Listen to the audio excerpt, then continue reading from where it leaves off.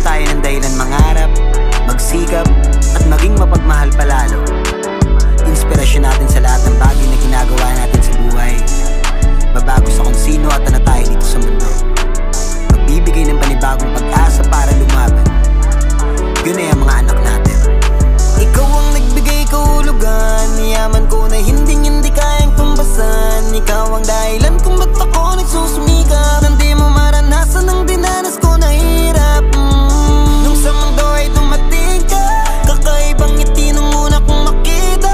Hindi ko mapaliwanag kung gaano to kasaya. Pag-ibig ang nangingibabaw sa akin bilang ama. Inspirasyon ko sa tuwing gumugulo ang pag-iisip. Makaramdam ng pagod sa larawan mo tititig. Walang di kakayanin para lamang sa'yo. Salamat sa pagmamahal, kaya kita nabuo.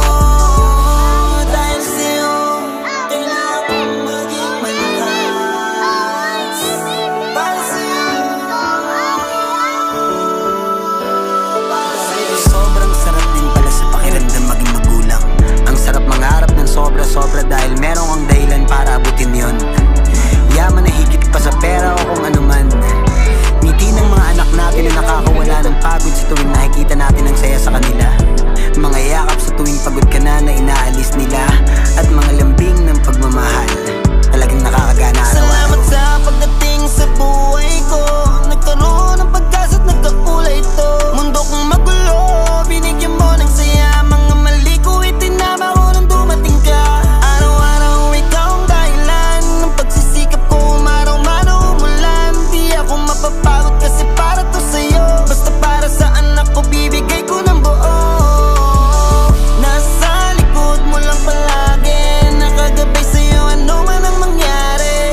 Aalalayan ka sa buhay para di ka maligaw. Kasi nga ikaw, pinakamagandang na regalo